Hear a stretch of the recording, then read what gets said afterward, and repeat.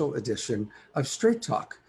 And we have with us three extraordinary women who I'm really looking forward to getting to know on a better basis. These are the three women that are now organizing and running the new Wall of Moms movement taking place in the Northwest. But that's really a model for all of us. And so we're going to hear from them. I'm going to want to hear your questions. I definitely want to encourage everybody, please stream this out. Share this with your friends. That's how we meet new people. And when you see me looking down, it's because I'm reading your questions. I'm reading what you want to ask, and we're going to give you a chance to ask important questions. But we're going to start by showing a video that was created by Antoinette's husband. Antoinette, who I'm going to put the spotlight on for a second, is somebody that I met just last week. And she was supporting the Black Sun Day movement, which we did last week on Straight Talk. And I was so impressed with Antoinette, and the more that I learned about what she was doing, that I realized, okay, we've really got to do this, a full show just on what she's doing. So we're gonna go to the video that her beloved husband made, Pato, and then we'll be back in 6 minutes and 14 seconds.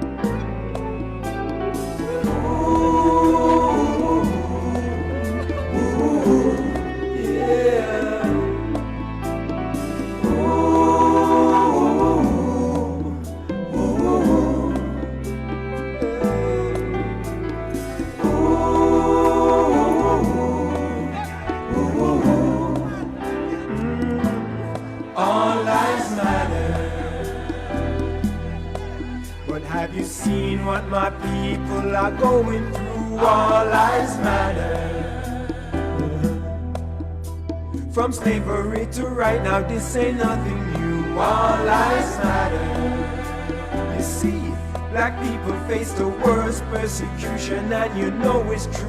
All lives matter. But remember that black lives matter too.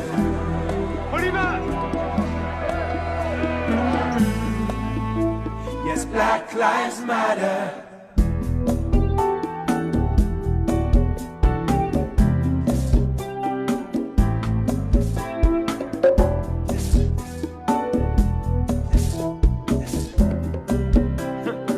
Some say they don't see color, well they must be colorblind. I see real prejudice all the time, see hate in the eyes of a racist mind, and suffer injustice with a plastic smile. See yellow tapes and signs saying don't cross the line. Another brother just died without a proven crime. Oh Jah, this world can be so unkind, and life can be bitter like a glass of lime. So many conversations are a waste of time, like throwing your pearls before a bunch of swine. Genuine people can be so hard to find, especially when you're living on the front line. We know that all lives matter, but remember that black lives matter too.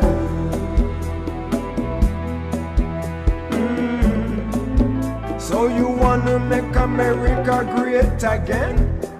Please tell me when, with your long history of genocide, a trail of blood that you just can't hide. The murder and rape of all native tribes, so many years of slavery, a wicked crime. Oh Jah, it still blows my conscious mind. Slavery, sharecropping, and then Jim Crow. You always tear us down every time we try to grow. Yes, Martin Luther paid the greatest price for peacefully fighting for our civil rights. Now how many more must we sacrifice? Emmett Till, Timmy Rice, Americana cried, I can't breathe. 11 times, 76 bullets took Jamarion's life.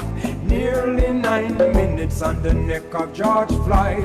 Lord, I can still hear my brother's cries. We know that all lives matter, but remember that black lives matter too.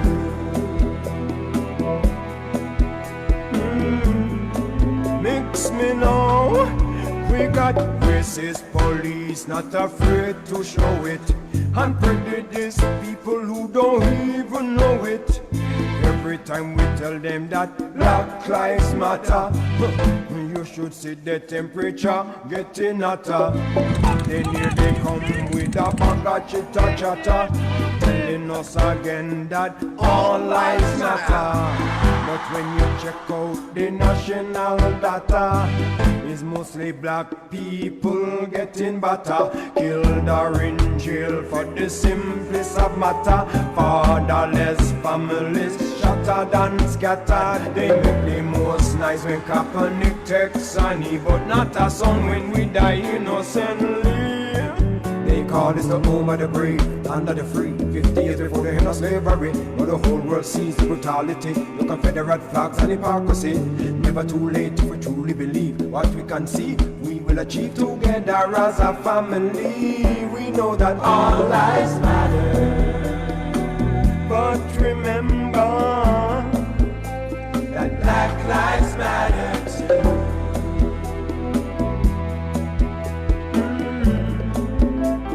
Black lives matter too.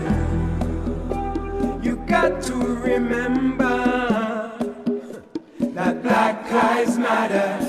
Ooh, black lives matter too.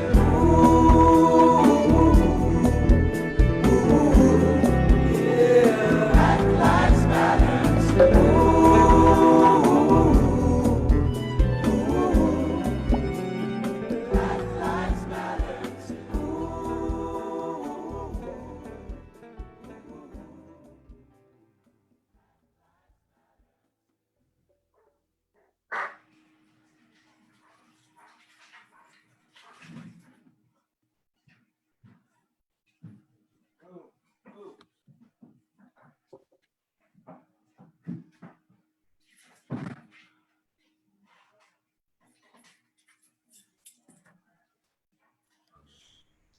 All right.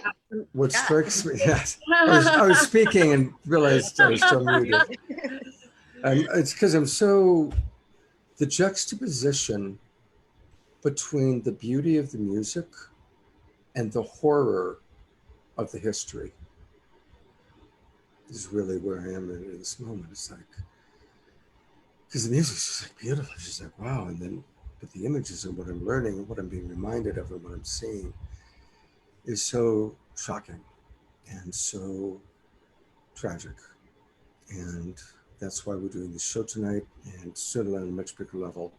That's why all of you are here doing the amazing work that you're doing in the world. So thank you. I'm going to put the spotlight back on Antoinette, and I'm going to read a little bit about her.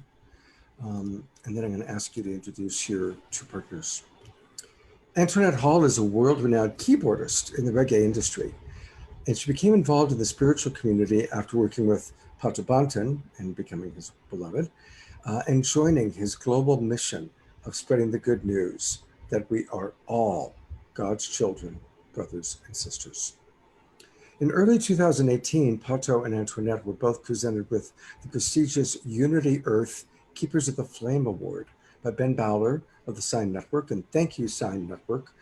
They're carrying us on dozens, maybe even scores of their different groups tonight. Thank you so much.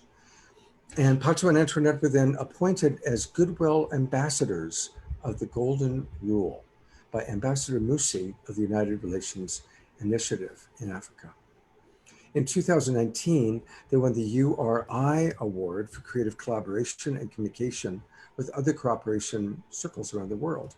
And shortly thereafter, they were both invited to become official members of the Evolutionary Leaders Circle, a dynamic and visionary project of the Source of Synergy Foundation.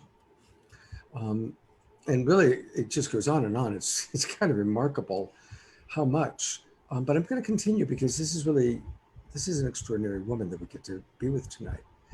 Antoinette has become very proactive in the global outreach ministry, and this includes the Urantia movement.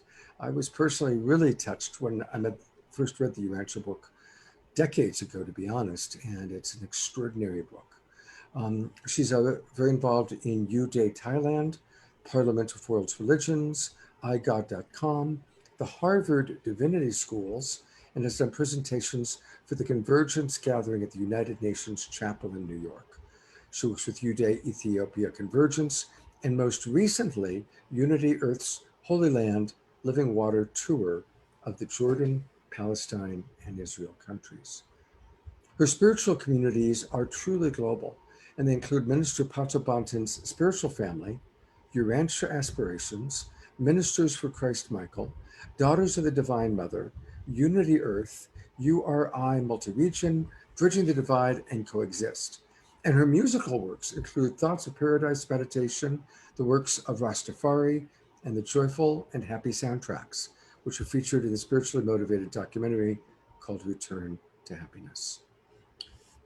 She reached a turning point with the understanding and experience of racial inequality in her teenage years, when she personally witnessed the Greek Fest riots of 1989 in Virginia Beach. She's been a warrior for social justice ever since, speaking out for human rights. And in 2015, she was called to Mauna Kea to support and stand in support with the local indigenous people of Hawaii. Finally, in 2020, she was called to lead 2 peaceful protests in her local city of Lake Elsinore, in which she partnered with the local sheriff's department, the mayor, and city officials, and all were peaceful. It's extraordinary, your diversity, your global understanding.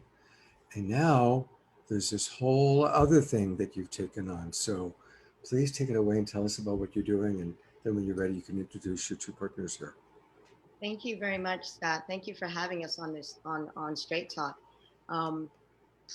Racial justice has been something that's been on my own personal life experiences, dealing with racial brutality. As my husband's video, as you saw, that he has was falsely imprisoned, was made to confess to a crime that he did not commit, and he had to serve time in prison.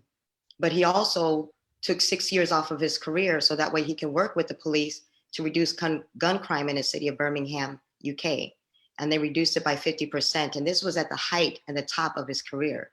So we have different methods of working. Protest comes in all types of forms. You know, we need to get our word out. We need to get our message out. But for me as a spiritual woman, you know, I get my direction from God. I get it from the Divine Mother. And I feel like she's been telling me, you know, to move in a certain direction, you know, when I started to get into a few years ago. The song was written a few years ago, actually, in response to All Lives Matter. But because we were so busy, we finally got a chance. And during COVID, we had a chance to actually finish it.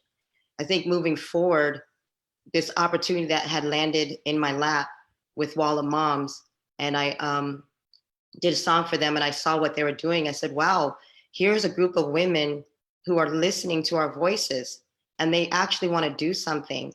And I feel like their voices are so important to actually add with our voices because together we're stronger together. I believe in that. And through the work that we've been doing with Unity Earth and with One God and URI and Evolutionary Leaders, I mean, that was a really good training ground for the last 8 years because they're working on peaceful coexistence with religious intolerance around the world. We've been in some of the toughest places, but when we come with the spirit of unity and we come from the place of love, we're actually to bring something better together. We're stronger together. We don't discriminate against anyone. Anybody who wants to come and support us with Black Lives, which is my passion, then I will take all the support and help I can get. And that's why these 2 women are here, Alexandra Loves and Uganda, because these are women that are saying, I stand with you. I will stand side by side with you to accomplish the same goals and missions that we actually have together. Unity, not uniformity. We're all different personalities. We're a very diverse group of Black women, that are coming into this, and we're bringing in more diverse Black people, not just women, but men and the youth. We want to hear from everybody. We want to bring everybody with us on this global outreach to stand up for racial equality and justice. So I would actually like Alexandra and Uganda to just explain who they are and what they actually do and what they're bringing to the table. But let's on Alexandra first. All right. Oh, hi. Hi, how's it going? My name is Alexandra Loves, and I am so grateful to be here. Thank you, Antoinette, for reaching out and bringing me, giving me this call. It was a pleasure to answer to it. And to give you an idea of my background is I'm a spiritual guide and worker, and I help women create the life they want by being who they are. And what I started noticing in the last few years is that my clients, without any prompts from me, were really digging into their identity and their ancestry. And when people start to do that, they start to have to reckon with their identity right here in this moment, right now. And I started noticing people really wanting to dive into race and what it means, and then all of a sudden noticing racial justice, and then starting to understand all these terms that we hear around, white supremacism, race, anti-racism, all of this. And this was happening on the same wave of this consciousness, this opening to the human rights violations and the racial violations, especially here in the United States, and how they connect to all of the violations that are going on all over the world. And so because of that, part of a leg of my work is doing anti-racism work from this spiritual perspective, this really deep digging in. And I've noticed that for people who are reading the books and for the people who are taking the courses, when they start to do this spiritual work around it, it has something to anchor itself to. It has more significance. They're more accountable within that work. And for myself, I grew up overseas. I didn't grow up in this country. I have Creole parents from New Orleans. And so I didn't grow up with the idea of Black or African American. It sure is something that was sort of part of who I was, but I never thought of myself as those things first ever. And I moved to the United States and went through a very tumultuous, the minute I got here, I was told I was Black, I was told I was African American. And all these things were imposed on me, and what that meant from white communities, from Black communities, from music, from media. And I didn't understand. I didn't even know what it meant to be American at that time in my life, because I didn't grow up here. This is when I was 15 or 16. So I went on a long sort of identity crisis of just trying to understand what it meant to be Black, be African American, how I associate with those things and those communities, what is it within myself that's anti-Black, or those types of things. And it started to integrate naturally into the work I do. And as I move forward with teaching this, it's also, I'm a forever student. So as I move forward in coaching people and guiding people, it's just made this anti-racism work from a spiritual perspective has just made it's just organically been injected into all the work I do. So that's me. Well, before we get to Uganda, I do want to ask you because I'm really intrigued as I read your bio. I'm definitely intrigued about wanting to learn more about, your bloodline of being an oracle and a healer. Clearly, you're doing spiritual healing, but I'd love to hear more about that. And I also really appreciated that you wrote that you are the Black mentor for white people who are ready. So as a white man, I'm ready. Okay, I'm ready. You have to be. Yes, I have clients that identify all sorts of ways, but I noticed at the lynching of George Floyd, for me, there was sort of a line in the sand. Yeah. And all of a sudden, because what happened was I started getting flooded with tears in my inboxes and hearing from people who I'd never heard from in a long time. And there was some support, but a lot of that stuff was people needing validation from me, people thinking that the work that they need to do or the actions that they need to do was post about it or just let me know they're sad. And I just got to a point where I was like, oh, I need to start putting my foot down about these types of reactions. I don't want to hear about the feelings unless you're paying me to do it. I want to hear about the actions and the accountability, but that kept happening. And so I was like, you know what? I need to take this work I'm already doing with people. I need to let them know that this is available to, I will work with them through their feelings. I will work with them through, digging into whatever is holding them back from taking action. I will do that with you. Come to my temple, come, come, book some time with me and we'll sit and we'll do it in a no shame way. And we'll do it in a no guilt way. And we'll do it in a way where you can feel empowered in your spirit in this work. Cause this work, it's hard. Sometimes it's hard to feel empowered when you're doing this work. And I've noticed that with my white clients and people I work with, that how do you feel empowered with everything that's coming at you right now? We need white people to feel empowered with the fact that they can take accountability and responsibility and do this work because they need to. So that's kind of how Black Mentor Sessions got born. I was already doing it, but I kind of just need to tell the world with some sort of title that people could recognize. Well, I love that title, and it grabbed my attention. It's like, whoa, okay. Yeah. And I want to acknowledge that there really was something about the murder of George Floyd that was just like, and my thought is, first of all, timing. We're in a pandemic, so it's a time that we're away from a lot of our distractions. Yes. And I like to think we're on a big global timeout. It's like Mother Earth said, okay, everybody out of the pool, time to slow down and think about things. Mm-hmm. But also, it was such an unjustifiable murder. I think that, just speaking honestly, it's like, it's one thing if it's a cop who gets scared and does a stupid ass thing and pulls a trigger. It's terrible. It's horrible. It's terrible. But psychologically, you go, well, okay, he was scared, he was stupid, whatever. But to see 9 minutes of a slow, torturous murder, there was no rationalization. There was no way we could rationalize it, justify it, with 3 other cops watching and pedestrians begging. It was so in the world's face that there was just no way that anybody who had an ounce of compassion couldn't feel like, oh my God. Yeah. Hey, Scott, before you get into Uganda, because I do want to hear from you. Before you go over to that. Come back to all this. Video with George Floyd, that's one of many. That's one of many. We have been watching people die on camera for years. That is not anything new. We have heard people's last words. We have witnessed unjustifiable death on so many people. It's just because it got the national attention, but it's like, we've been watching this for a long time. We're not new to this. Yeah. It's just other people are new to this. It's like, we've been talking about this and sharing this, and people just scroll on by. They don't want to see it.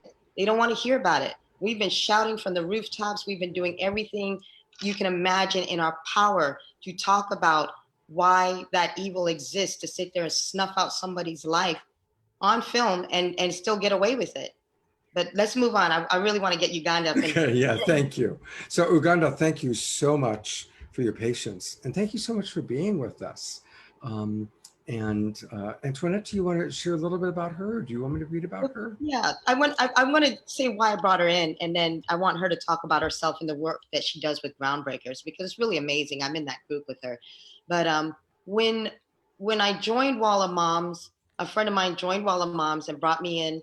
I was like, wow, here's some women who want to stand up and protest and protect us, and and they're getting beat up and getting tear gas, and I was like, this is really amazing. So when I joined the group, there was some type of turmoil that I went into. And then a few days later, I just asked a question like, what's happening? Did you guys turn off hosts? And I sent messages to the admin. And then later on July 31st, I got a message in my inbox asking me if I would be a moderator. they asked me to be a moderator, and then they decided that they were going to just change organization. There was a lot of animosity, a lot of hostility with past leadership, and we still don't know who all these people were involved. I mean, as far as we know, there was up to 30 people, women involved in this, and we don't still know who all those people were. But the last few women that were there brought me in, and there was a group of us, and these people. Yeah, it's okay. It's Peter. Anyway, so after they brought me in, the other people who were there previous before me had stepped down. They said, here's everything. Here's all the paperwork. Here's all the documents. Here's all the materials. Here's everything you need to sit there because we want Black leadership. Do you feel that you can save this? And the group of us who were sitting there, we felt like, yes, this is worth saving. All the work that these women have come together and start doing is like, we will do this together. So after they did that, they turned everything over to me. I brought in Uganda to help me. And it's like, all right, we're forming Black leadership. But then the problem was, and it wasn't until Monday that we got news that the woman who had founded it, the organization, Bev Barnum, because she's the only person that you'll even hear that's associated with that, nobody else is coming forward, has refused to step down as a president of Walla Moms. And so at that point, we're like, okay, so what are we doing? That's the reason why we changed into Walla Moms International, WAMI. But Uganda and Alexandra, during that whole week that was happening, people were saying, you've turned darkness into light. They have come and cleaned up. We're like, let's focus on Black Lives Matter. Let's not focus on the past. Let's focus on the work that we're actually here to do, because we're here to support everyone. And everybody who's here to support Black lives, we gotta work together. And that's why the people that I'm bringing in, I have to vet them. These are women that I need them to be like, they're not hiding. They're standing side by side. You know, we're sisters to the end. You know, we're committed in the support of Black Lives Matter forever. You know, we're going to do this forever. So that's my sister Uganda, and she's just amazing. You know, we're different personalities, different takes, but you know, at the end of the day, we all have the same goals. Thank you, Uganda, and thank you for joining us. Well, thank you for having me. And yeah, just like Antoinette said, my name is Uganda. I'm a social worker, and I'm a clinical social worker. I've been a social worker for 20 years now, and so I've always found myself in advocacy since high school. And so after growing up in Germany and then coming to America and finding that there was no protection like the Army base that provided it for me when I was in Germany, and coming to America and then going to a rural county that wasn't ready to accept a military base, I formed things like helping people understand the African flag where they didn't want to, and then having blood, KKK blood things, I'm gonna kill you type things. And that was my real first experience with it, and with racism in America. And so from there, I think it just grew my love to want to fight for people who felt like they had a voice for themselves. And so I wanted to be an advocate, an activist. And so therefore I grew Groundbreakers in 2017 after Charlottesville. I saw the young lady get ran over due to, fighting for Black lives. And it was sad. And then as I hear politicians say, oh, there were good people out there, I found myself growing internally angry. And I didn't know what to do with that anger. And I said, I'm helping people, but I myself don't know what to do with this anger that's boiling up inside of me. And if I'm educated and I'm struggling, I wonder how many other people are out there struggling with this same anger that they don't really know how to externalize. So I created Groundbreakers and thought that I would only have 5 people in there, and they're just be my friends and my family, and we'll just be externalizing through words. And then it grew to some dialogue, and then it kept growing. And so now we talk we talk about what affects Black lives, and we speak out about it. And we try to recognize, and we try to acknowledge, and we try to nurture ourselves in the process. But then we encourage action, and we discourage white silence. And we do encourage white people to speak up and speak out and not assimilate into their culture. And what I was finding is that, kind of like you did with George Floyd, people were coming out speaking out, but then there was no action behind them speaking out. They weren't doing anything about what they were seeing. And that's where the issue then becomes, is that they've lived too long, comfortably too long. And so now it's time to be uncomfortable and be okay with that. So that's me. Thank you so much. Thank you. So what can those of us be representing, those of us that are white, that are not in the wisdom, the awareness, the experience? What are steps you'd like to see us take? How do you want us to get educated? What do you want to see us do? For me, one of the first things that I would, I have it boiled down to this one concept, and that is, at the bottom line, I want to see white people commit to a lifetime of creating anti-racist culture. Just quite simply that, to commit to a lifetime of creating anti-racist culture, to right the wrongs, to heal the wounds, to bridge the divides, to create equity, to support economy, to save lives, all of that. White people have to step up in a way that they never have had to before. And it's not going to get fixed in a year or 3 years. It's going to take generations. So the more white people that can commit to that, creating anti-racist culture, at the bottom line for me, that's what I want. There's many other things around that, right? That's the umbrella, but that's what I want people to remember when they wake up in the morning. I wake up in the morning and say, Africa rising, here we go. I want white people to wake up and go, I'm committing anti-racist culture. That's what I want. That's very clear. I am committing to a lifetime of anti-racist culture. Yeah. Thank you. I'd like to comment too. So we all have our different ways. I personally, when I started Bridging the Divide, I said, we have to do truth, beauty, and goodness. Before we get to beauty and goodness, all the kumbaya moments, we need to get to the truth. And I'm even seeing some of the comments in your thread about some of the images were very disturbing, in Pato's video, but the music is beautiful. I'm using the same music and doing a different thing, but maybe the words are disturbing. But how are we going to get to beauty and goodness if we don't get to the truth? Nobody wants to look at the hard truth. We can't have truth and reconciliation until people actually acknowledge what has actually happened. They just want to close their eyes to it. They just don't want to hear about it. They don't want to see about it. So every time we're posting police brutality videos, they're like, I don't want to see this. I don't want to know this. And it's like, but you need to see this, because I need you not to just be an ally. I need you to become an accomplice. And that was one of the things that we were breaking down and Bridging the Divide is the levels of white supremacism. It's many levels.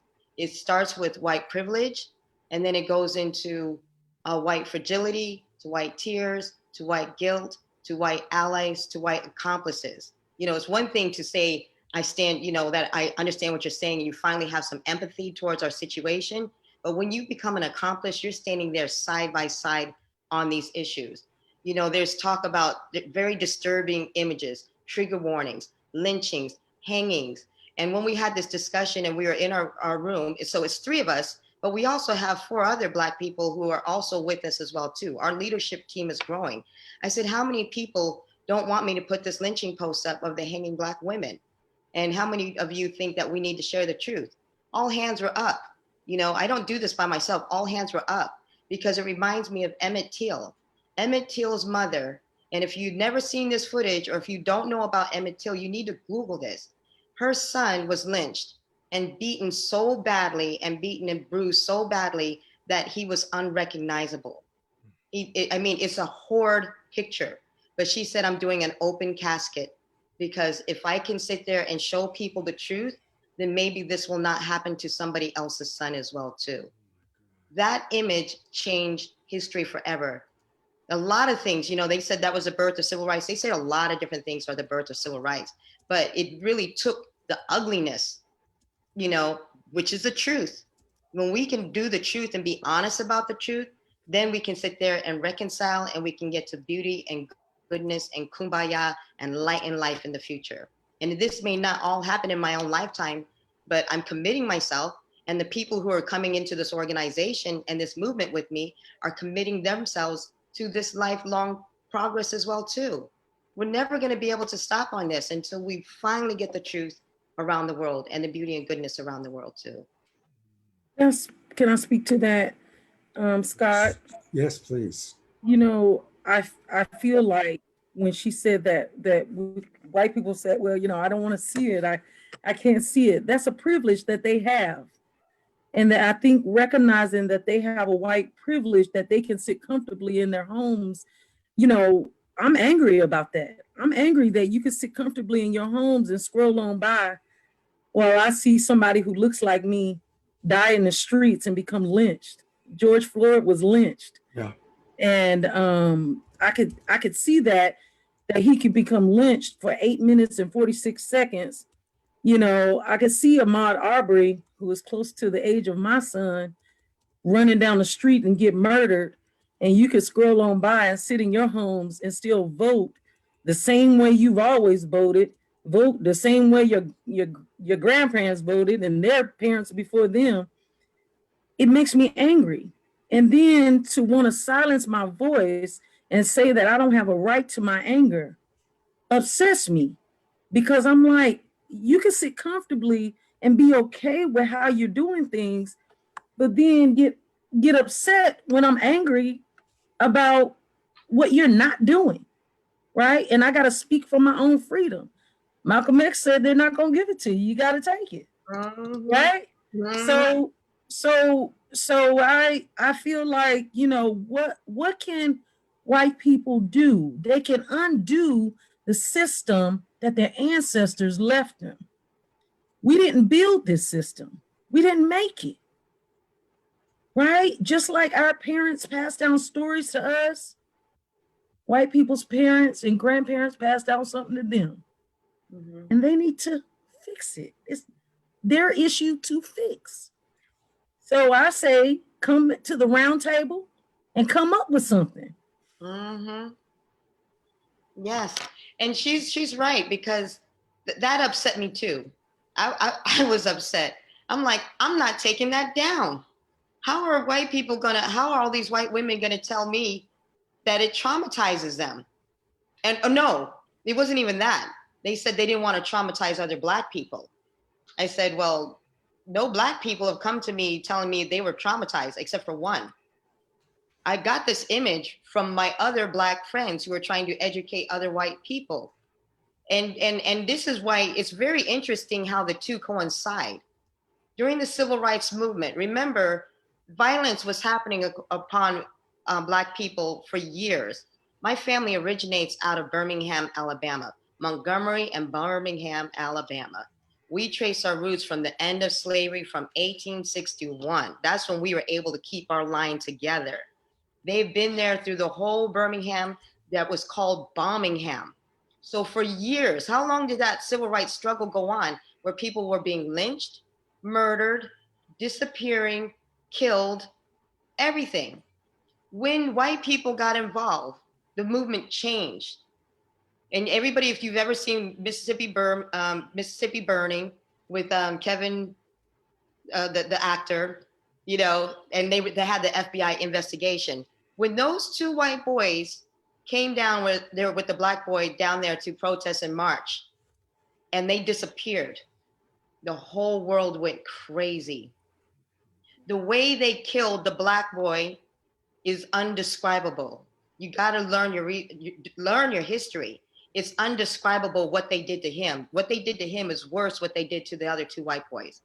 Those two white boys, because they were white, they sent the FBI down there, hundreds of them, to look for their bodies.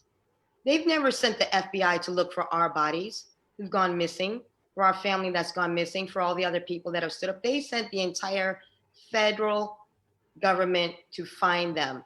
And then all of a sudden, laws started to change. What's been happening in Portland since these white women have started standing up, the pregnant woman, that was the first image I saw. When I saw that pregnant woman, they were all wearing white, you know, and all these white women, I was like, oh my Lord, you know, they're about to get it. You know, they don't know. They thought by using their privilege that they would be able to protect us because they're white. But they realize now when you stand up for Black lives, you will get the same treatment we're getting that we've always been getting. So when they started getting beat up and tear gas and putting their lives on the line, it was crazy. And it was like, but now the world started to pay attention. The world started to pay attention. We've been in peaceful protests since the 60s and from way long time before. But we were always called thugs and animals and terrorists. You know, look at what they called MLK. Everybody is standing on one side of the history. And what these women are being called today is the same thing. Anarchists and Antifa, they're not. These are mothers. These are grandmothers. These are aunties. These are sisters. And they're getting the same treatment we've always been getting. But the focus started to become on them, you know, but they wanted to bring the focus on the movement, but they ended up getting a taste of what we've been going through for a long time. And now they finally understand. They're like, wow, all you wanted was justice and equality. And now you're going to have to pay hell for it. You're going to have to take that stand with us. You're going to have to pay hell for it. You know, it's hard. It's hard. And I want to add to what Antoinette is saying. What is so bizarre about what we're fighting for is very basic human rights. There's this really great video that Antoinette and I connected on, and this woman is talking about, you know, and I've seen the memes of it go across the internet. You know, it's lucky that we're not asking for revenge. We're just talking about fair housing. We're just talking about real American education about what was going on in this country. We're talking about equity. We're talking about dignity, and we're talking about a group of people. You know, you can only move forward and expand and be as best as the people who have the least, right? You empower. You always pick up everything from the bottom, then you get the whole, and we're reaching right now into Black communities. And for years and years and years, we've been saying, you know, stop treating us like slaves. So, you know, we need better education. We need to be treated better in our hospitals. You know, just, you've heard it at this point. I hope you've heard all of the inequities and the racism that's going on. We're just asking for basic rights that we should have in this country. The fact that we have to be fighting for it, the fact that people are getting tear gassed over it, the fact that people are dying over it is kind of absurd if you think about it. Mm-hmm. Not asking for much. Mm-hmm. And she's right, because when I try to tell people that privilege, and people sit there and say, well, I'm white and I'm poor and I never owned any slaves and that was in the past, so I'm not privileged. I'm like, this is where people misunderstand. They're like, you're more privileged because you're married to Pato. He's a Grammy nominated artist and he travels the world and does different things. I'm like, you don't understand when he gets the N-word treatment. You know, if I'm going to be straight and honest, and he'll say it, we don't use profanity, but he gets upset when we're traveling. It's like, I'm getting the nigger treatment again. You know, if I've been, as a mother, the amount of times that I've been pulled over or stopped or racially profiled by the police, it's ridiculous. How many people have to go through that with their children, with 5 police cars? And now you're starting to see it. You know, they've got the children. They didn't commit any crimes. I didn't commit any crimes. You're humiliating me in public, you know, for a crime I didn't commit. You have all this backup. You have guns drawn on us. What they're doing to the other children. That's a privilege that you don't have to worry about. That's a privilege that you don't have to worry about, is housing discrimination. And they say there's no such thing as housing discrimination. If there was no such thing as housing discrimination, then why, if you Google it, there are so many law firms and so many lawsuits and so many organizations that have to prevent people like us from being discriminated against for wanting to live in a certain area. The same thing with jobs. Why is it that, you know, we're not being hired, not just because of affirmative action? It's not because, oh, we want to hire people not based on their talents. We want to hire them based on our talents and not because of their color. Affirmative action just means if they had to hire one Black person, they're going to hire that one Black person. But in truth and reality, in the tech world in Silicon Valley in California, the top students are Black and Latino, the highest grades. They have the lowest amount of position to be able to get into that tech industry of Silicon Valley. There's no equity. It's not even just equality. There's no equity. We don't have equality. We don't have equity. That is where the privilege comes in. Because, and I used to make jokes when we toured with the band. I'm like, put the white guy in front, you know, put the guy who looks like the cop. Because if he sees all these dreadlocks and Black people, they're going to want to search the van. They're going to hold us here at Border Patrol and customs all over the place. We know that because we know what it's like to be searched all the time. We know what it's like when you're traveling and you're flying, you have to get in that other line and they're going to empty out your shampoo. They're going to make me unwrap my hair and look to see if I'm smuggling any kind of stuff. They did it to my daughter. How many times I've unwrapped my hair in airports. They humiliated my daughter, who was only 10 years old, because of her dreadlocks. And she had to, they pulled her in front of everybody else who was boarding the plane, who was 200 and something people on this airplane, and did it in front of everybody because they suspected her of being a terrorist suspect because she fit the profile. Dreads was a part of the profile. Women of color are part of the profile. You know, that's part of the profile. So we have to go day in and day out, you know, like, what type of drama do we have to face today? That is a privilege that most people don't have to face. Is like, you don't have to worry about stepping outside of your house and facing drama, of having the police being called on you, of being, you know, thinking that you're threatening or you're doing something. It's like, we risk our lives stepping outside of that house every single day. My husband's a Black man, and the way they approach him, and he's the nicest, sweetest person you'll ever meet. And you should see the way these police talk to him. They call him boy. Boy, you better do it. It's like, this man hasn't done anything. You know, you called the police on this man so many times. You've escorted. Karens have called the police on him and said that he was attacking her, just like that woman. It was like, Pato, attack a white lady? Please. He's got it all on video. It's like, you just had them come and rough us up and toss us out. This is wrong, you know? And if we're preaching that we're all God's children, brothers and sisters, then you should at least, and they'll say, yeah, one love. Okay, one love, we're all God's children. Well, prove it to me. You know, make these people stop from us being treated like this every time we step out of the house. And I would like to add to that, that this is something that people are understanding in their consciousness a little better right now, is that Black Lives Matter is not just about saving people from police brutality. It's about the whole spectrum of our lives. And that is actually some of the education we're starting to bring into Wild Moms International, is bringing in the understanding of not just the police brutality, but the housing issues, you know, the way we have to wear our hair. Only, you know, you'll notice, start looking up natural hair laws. Just now in 2020, states are now passing laws that we as Black people are allowed to wear our hair. So it's all of that, how our neighborhood, the gentrification of neighborhoods, the violent gentrification of our neighborhoods, right? So it's there's a full spectrum, and whoever is watching this, I hope that you start to, I hope that's a paradigm shift for some people. It's not just about saving some lives from police brutality. It's about ending this incarceration system, you know? And I also want to say this, getting the education you need is available. There's no more excuse to not get the education, because it is available. You don't have to read a book anymore. I have brain fog. I have some brain damage.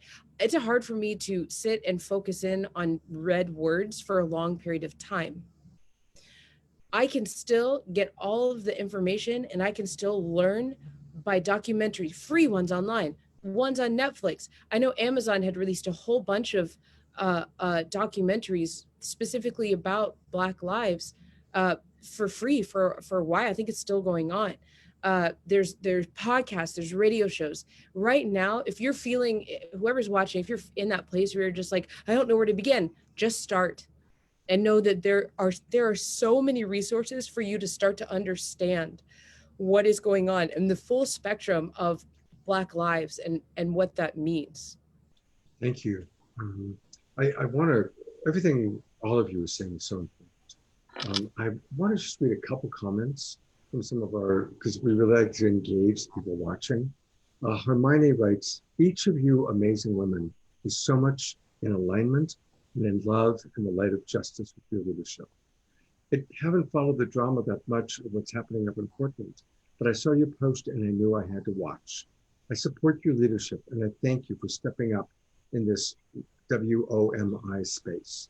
I've spent my entire life ending racist culture since I started practicing law in 2001. I continue this work and I'm grateful to be in this movement with you. So thank you, Hermione, that's beautiful. Alexandra Loves, you pointed out redlining. So while you were talking, I said, okay, I gotta look up redlining. I didn't even know about redlining. So I'm just gonna read what Wikipedia says, the first couple sentences. In the United States, redlining is the systematic denial of various services by federal government agencies, local governments, and even the private sector, either directly or through the selective raise of prices. Neighborhoods with high proportion of minority residents are much more likely to be redlined than other neighborhoods with similar household incomes, housing age and type, and other determinants of risk, but just different racial composition. While the best known examples of redlining have involved denial of financial services such as banking or insurance, other services such as healthcare, even supermarkets have been denied to residents. In the case of retail businesses like supermarkets, purposely locating stores impractically far away from targeted residents results in a redlining effect. Yes, and now mailboxes. And now mailboxes. In a state here in Portland, they're taking out mailboxes in the north where the Black people live. They were gentrified, they were flooded and burned out specifically. But Oregon is a white state, it's an established white state. This is the home of where the Klan lives. And Oregon, what's so interesting about Oregon, the fact that the Wild Moms was started here in Portland, Oregon, is that Oregon itself is a really interesting microcosm if you're looking at on a global scale, where you have this deep history, and I'm still learning about this myself. You have this deep history of people growing up as protesters and social community gatherers and fighters for equal and human rights. And yet at the same time as all this is happening, it is a white established state. There's a lot of Klan activity here, and the gentrification, the history of Portland and what happened to Black people here is some of the most absurd laws and absurd, like bizarre stories I've ever heard, as far as the nasty history of race relations and how government gets involved with race relations and gentrification happens in this country. How did a place that has a culture of protesting and human rights activism and for progressive thinking also have this happen at the same time, right? That's why this centering on Portland with all the protests going on here and all the activism going on here is a really interesting thing for the world to look at and to learn from. And right now, the mailboxes that you're here, we vote by mail here. We vote by mail. This is the first state I've lived in when I moved here. I registered for Oregon and I got a ballot in my mailbox. And I was like, all right, I can do this. And now in those neighborhoods where the Black people have been pushed out to, and it's also sort of the neighborhoods where there's like strongholds of generations of Black people are trying to stay there and try to keep holding the neighborhoods down. That's where they're starting to take out the mailboxes. And Oregon is not the only, Portland is not the only city this is happening to. Mm-hmm. So we need to get, when we're talking about, and one of the Black leadership that's from Portland, not part of Wild Moms International necessarily, but one of the Black leadership told me, she said, you know, one of the things that's important to understand, and it opened my mind, is that it's not just about getting people to register to vote and then voting. It's also getting people the education of everything that happens around the voting. Like in a state where people have mail-in ballots, why are they taking the mailbox out of those areas? There's little things like that. It's little things like that of how you start to control people, manipulate people, and oppress people. It's just little things here, there, here, there. And when those oppressed people who do not have the voice, because they're not living in a country that's built to give them the voice, are saying, this is happening, this is happening, this is happening, please help us. You're in the power position. Help us. And people are saying, no, we don't see it. We don't see it. Well, then they can keep doing these little things. And when they're done with the most oppressed groups, then they'll start doing it to the next group. They'll start doing it to you. Mm-hmm. So I wanted to point that out. I could keep going about that, but Yeah, no, and you know what you're describing. Right, though, because besides Portland, you know, this is a voter suppression is a national thing that's actually going on. yes, You know, from back in the 80s when Bush was elected, you know, back in the way back then, and Florida was a swing state. People did not realize that the police were literally stopping Black people and pulling them over before they got to the polls. Jeez. This is voter suppression. This is something that people don't know about, but you should look into it and you should learn.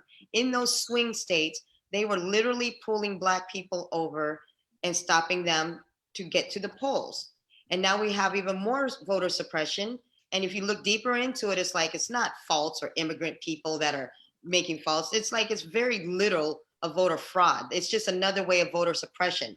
And the whole thing with challenging the IDs. And now what they're doing, I don't know if you've seen this video, but you're going to learn all this stuff on our page, on our website, and also in our group of WAMI, Wall of Moms International. We're going to show you all of this stuff. But there, in one of the southern states, there was hundreds because they had closed the polling places. They had closed all the polling places in Black and brown neighborhoods. So then they had to drive across town to get over into the white neighborhoods to vote. And before the time was closed, they literally locked the doors. And you see them just banging on the window.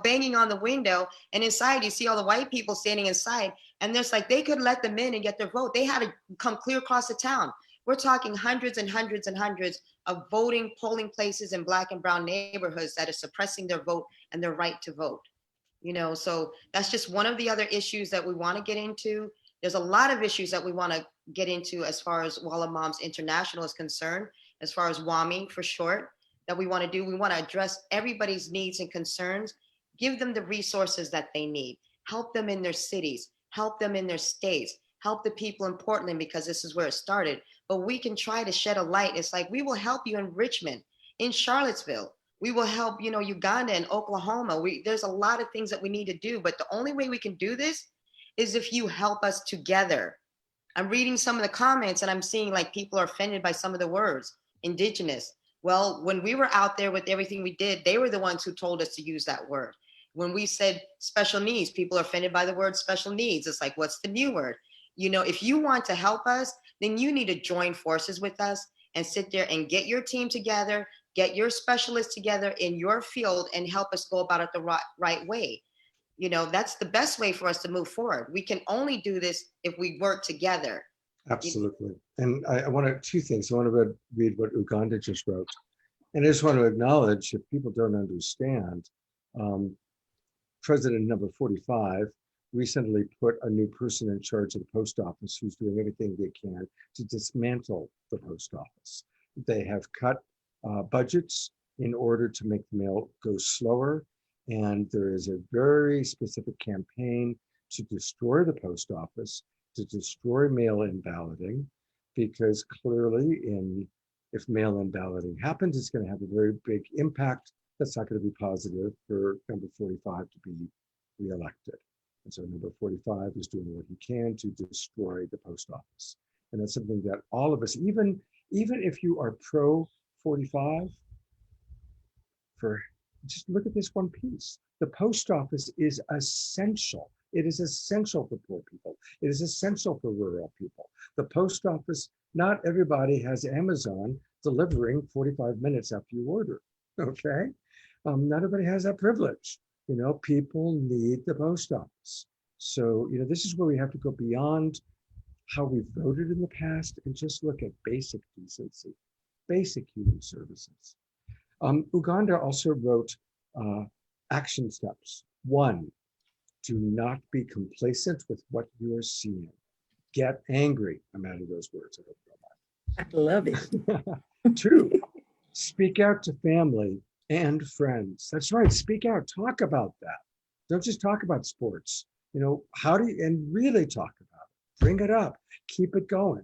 Not just, okay, well, we did Black Lives Matter for a month, you know, after that, and now we're on to the next thing. No, we got to keep talking about it. By the way, that's why I want to say, since the death of George Floyd, this is the 6th show on Straight Talk that's been dedicated just to Black voices. Oh, that's great. And it's not going to be the last, I promise you Thank you. that. 3, We'll all come back. speak out to politicians. 4, be curious about how laws and policies discriminate towards Black people. And remember what Alexandra just said. It starts with Black people. And let's look at Nazi Germany. It started with just a certain part of Jewish culture. Then it became all Jews. Then it became Poles. Then it became Russians, right? It's like it starts with one prejudice. And, oh, well, we got away with that. Let's get away with more. So understanding how laws and policies discriminate, and that's what I was talking about with the post office. It's discriminating against Black people, rural people, people who depend on the post office. And especially in this time of COVID, where people are going to want to vote by mail. Next one, listen to Black people and our stories. This will guide you, and that's what we're trying to do tonight. Would you like me to show, it's short, and I'd love to show it, the Stand Up Strong video? Can we show that? Yes, Antoinette? please. Yeah? Yes, please. Yes. All right. So this video, yeah, to give a little history. Yeah, tell us about it. Song for our own protests. The first one that we did in Lake Elsinore, we weren't trying to lead it or organize it, but none of the organizers stepped up. And then the second one, we didn't know who the organizers were, and then the police contacted us, and then we did it together with the police, and they even brought his nephew out, and all the children and families were there, and we started our dialogue. And then I was inspired by the Wall of Moms, and I created this video with my song for the Wall of Moms, and just as a tribute to the work that the ladies have done. Beautiful. Well, here it is. Stand Up Strong, Portland Moms.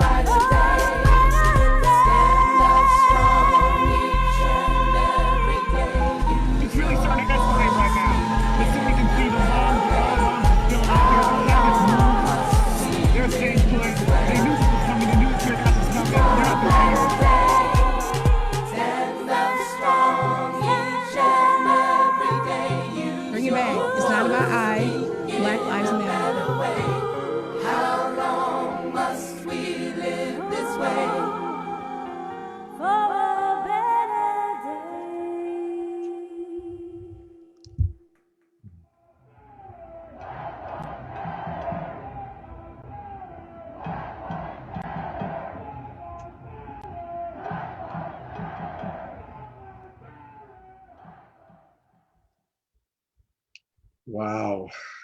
Thank you so much. Oh, that's always the thing about YouTube. It goes straight to the next one. That was amazing. First of all, very beautifully produced. So thank you for that. I want to read a couple more comments and then hear from you, because there's some really beautiful comments that have come in. And thank you, everybody who's watching on all the different Facebook pages. Sylvia Pritchard writes, my husband always says, if people knew as much about economics as they do about sports, this would be a different world. And definitely I'd love to hear maybe some of you talk a little bit about what we need to do to change some of the economics socially. Also writes, thank you, ladies, for sharing yourself, your stories, and your thoughts here. I'm not from the United States, but I came here many years ago, and I learned about racism in the United States as someone from another country. I thought it to be so insane what I saw here. At 12 years old, and I never thought I would see this, still exists in 1976, but here it is. So she goes on, she's talking about, her extraordinary experiences in Tennessee, Kentucky, Louisiana, and vowing to do whatever she can to end racism. So she says, thank you for tonight's conversation. I'd love for one of you to address economics, because obviously that's such an important part of all this. Any of you want to tackle that one? I'm sorry, this seems so low that I didn't hear your question. Oh, can you hear me now? Yes, I can hear you. It just got really low on me. Okay. I was asking which of you would like to talk about what we need to change in terms of economics, the economic choices that we need to make to change things. The economic choices we need to make. Yeah. So again, as a white man, and most of the people watching this show, to be honest, they're going to be people that are not Black, that don't understand. We're here educating. So what are some of the economic choices that you would like to see people like myself make? I think that really we need to live equitably. And I say that is we need to dismantle capitalism. Unfortunately, we have all been centered around whiteness and capitalism, and racism go together. That means make the mighty dollar at all costs. Why? Because we've all been educated by the same institutions, by everybody who wrote the book came from, they're old dead white people who believed in getting ahead at all costs. Dead white people, slave owners. I just want to put that in there too. Okay, well, there we go. And so, yeah, she's right. So that needs to be dismantled. Why? Because then we got survival of the fittest, right? And so, so then we got some issues going on. So I think it really needs to be dismantled and really needs to be looked at. And the way to look at it is for white people who have power to learn how to share that power. And so what it needs to look like, if you own a business, looking at how much Black leadership you have in your business, how much have you mentored somebody and how to run their business, if they have a business, helping them to come up and have some power, sharing your resources, sharing your networks with someone who would not have it any other way. And then living on a generosity principle, supporting reparations. I mean, there are so many different ways we could take this to be able to support Black lives. We built this country. My ancestors built this country. We deserve something. When people come from other countries, they get a stipend to start businesses and things like that. People that are Black in this country that have come from chattel slavery, we've got nothing. Martin Luther King said emancipation was just a slave's release to poverty. Yeah. So we had no boots and no bootstraps to pull from. Mhm. So white people need to figure out how to help us give, get our boots on. I want, and pull our own straps. But they have to share and quit being greedy. Yes. I'm going to get into that too, because I always a lot of people don't understand what what happened after, and there's been people who've spoken about this before. So it's not like they need to figure out. I can tell them exactly what they need to do, because right now, 400 years of, okay, slavery, we were promised 40 acres and a mule. All right, let's start there. We were promised 40 acres and a mule. That promise was never given to us. At the end of slavery, we were supposed to get 40 acres and a mule. You know what has happened? And this happened in the UK, and this happened into America. They used the money to pay off the slave owners for loss of property. They gave them reparations. They didn't give slaves reparations. Not only did they do that, if you look up the land grab, in the 1800s, all the Europeans that came over into America was offered those 40 acres and a mule that was supposed to be given to us. They came over and then they just took off and like stuck their little flag down there. This is my land, and they got their land, going all the way for the whole Western expansion. So what was supposed to be given to us was given to new people who just got here. Starting from there. And then when it came to economics, after that came Jim Crow. What happened to all the Black economic towns? It's not just Tulsa, Oklahoma. It's also Rosewood. There's dozens and dozens and dozens of towns where Black people were succeeding. They opened up their banks. They opened up their commerce. They opened up their businesses. They were doing well. White people got jealous. Racist white people got jealous. They didn't like living in poverty. They didn't like seeing these uppity Negroes start and do something. So they had to find a way, and that's when they started passing Jim Crow laws, and they went and burnt and demolished and bombed all of these successful Black places. Continuing on, same thing with the civil rights. They didn't like them moving ahead. Going on, and with the Black Panthers, with Nation of Islam, they're like, we're going to do our own thing. The MOVE organization, which is, I was a teenager, 1985, they're like, we want to build our own. They bombed the hell out of them. They go after Farrakhan, Nation of Islam. He's like, I want to get these people to stop drinking. I want them to stop doing drugs. I want them to get educated. I want us to build a nation. They went after him. The Black Panthers, they didn't hurt anybody. They weren't attacking anybody. They weren't like the KKK, and people compare them to them. They're like, we need education in schools. We need to defend our people. They destroyed them too. COINTELPRO.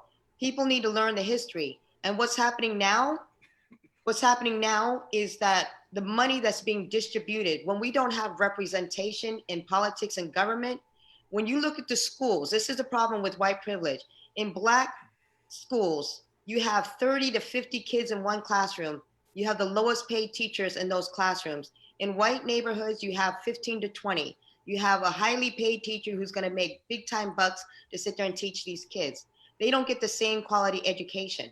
Number two, they can't afford to go to college. College is so expensive unless you have like a couple $100,000, which we obviously don't. You can't send your kids to college. It's like they're going to let in the one Black person to get into Harvard, to get into Oxford, to get into MIT, unless that's just one scholarship person, but all the bright minds cannot get into there.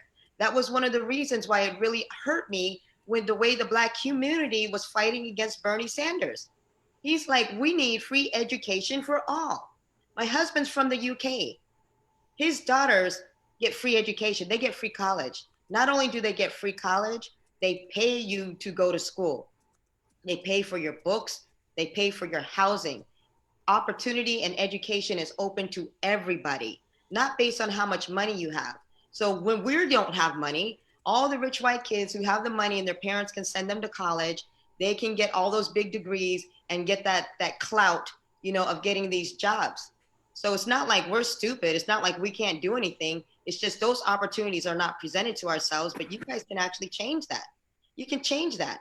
We can offer education. You can change that when you look at the skill set and look at the levels of the people on their applications, even if their name is Shaniqua or Tawanda or Tyrone, instead of just like, oh, just move that to the side. You can actually look at the qualifications of what they've done and give these people an opportunity and give them a chance. So that's what they can do. That's how we can get economic stability. We can support Black business. We can support Black owned business. We can do blackouts. It's not just about how we can pull ourselves up from the bootstraps. Stop keeping us down.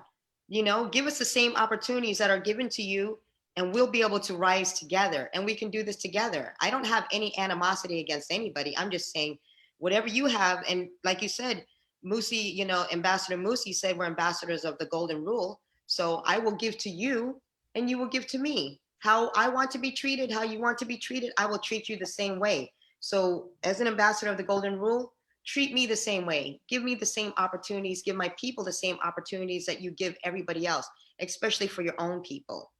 Beautiful. Yes.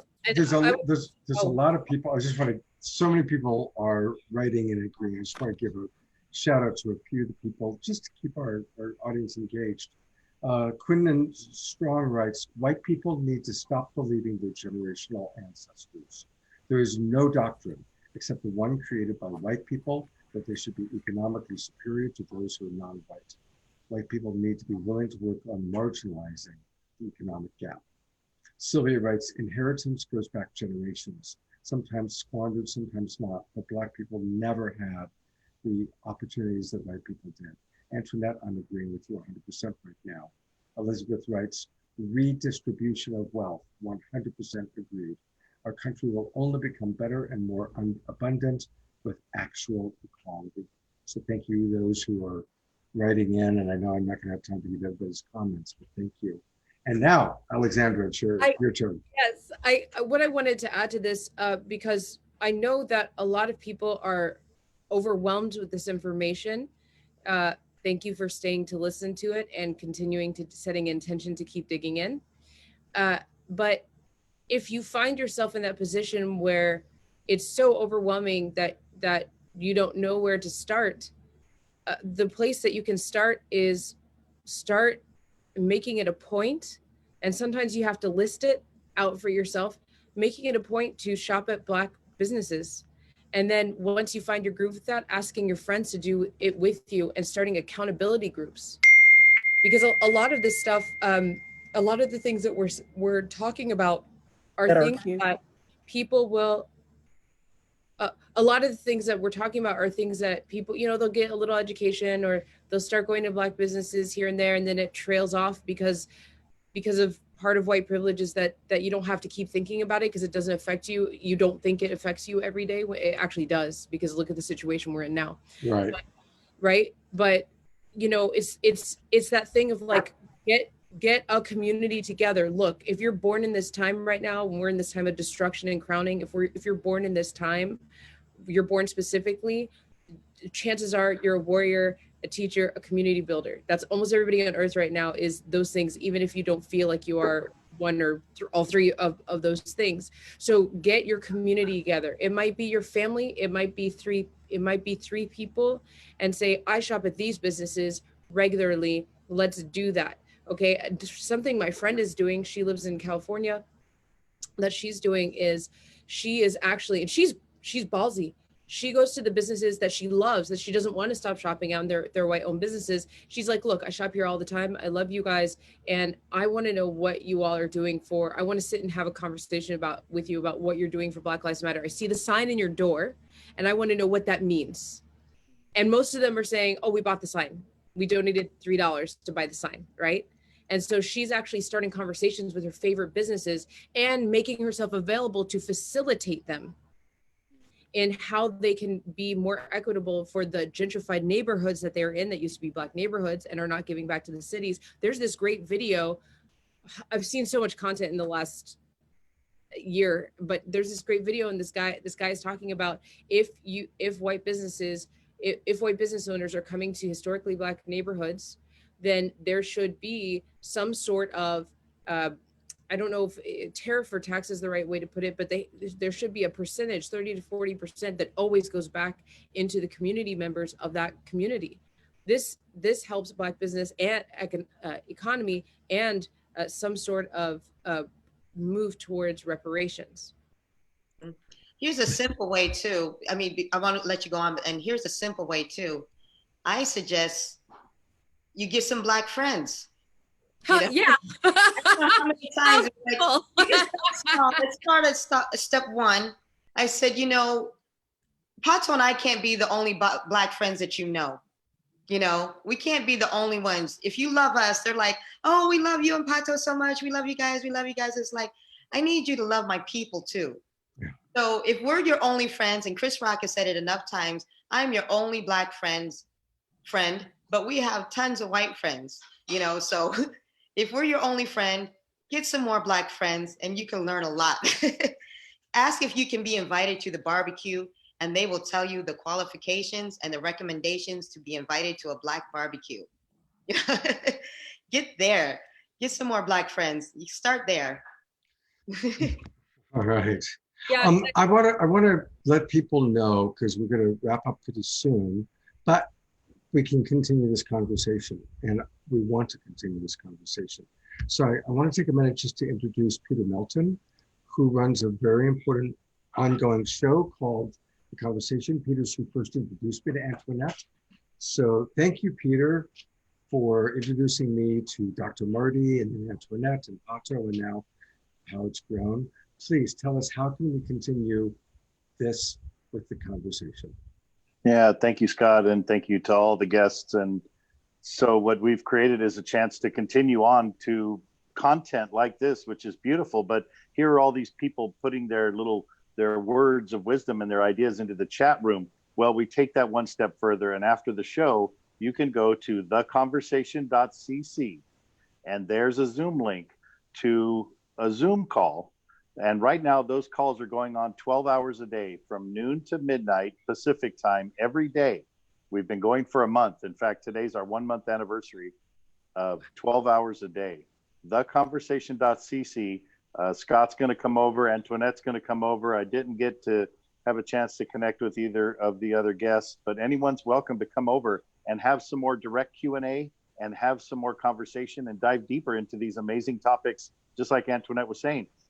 Get some more Black friends, reach out. What are the things we can do? Sponsor, help the businesses, sponsor the events. You know, what can we do? What are those little steps that lead to bigger steps, like the ones I'm so proud of you, Scott, and our connection, that we're doing what we can here with this online media to make sure the word's getting out. So join us tonight or join us anytime.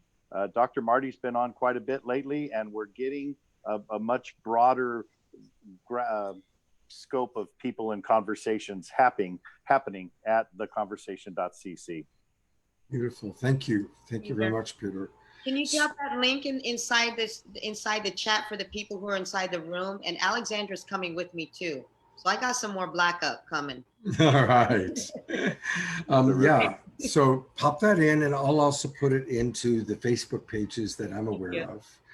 And I want to thank all of you for the incredible work you're doing. God bless you so much. Thank you for being willing to educate. And we didn't talk that much about it, but I know that you're all very spiritually based. And, I believe that, again, coming together, learning, getting educated, and changing things is the great non-denominational spiritual practice of our time. And Antoinette, you are a wonderful example. I can't keep track of all the denominations you're connected and affiliated with. And that's so beautiful, because that's what we need. It's not about just being this denomination or that. It's about a higher purpose in our spiritual practice.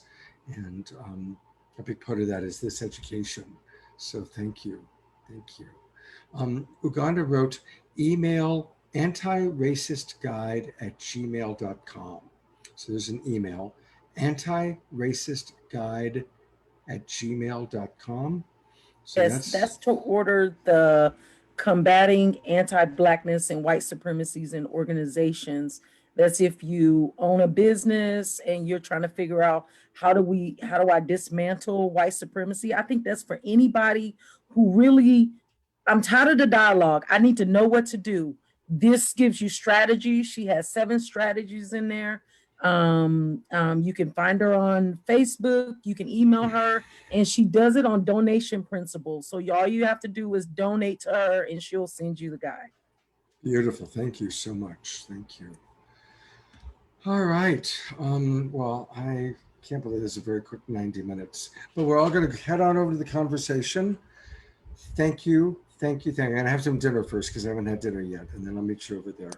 Ladies, thank you so much. Peter, thank you for the introduction. And thank you, Facebook friends. And please share this out. You know, many of you have said you're inspired. If you're inspired, post this on your wall.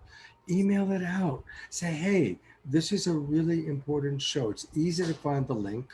I'll put it in to our chat box here. I just copied it for everybody. And I'll put it in for those on Facebook. Share it out. Let's get the word out there. And tomorrow night, please watch my Saturday Night Alive for the Global Peace Tribe show.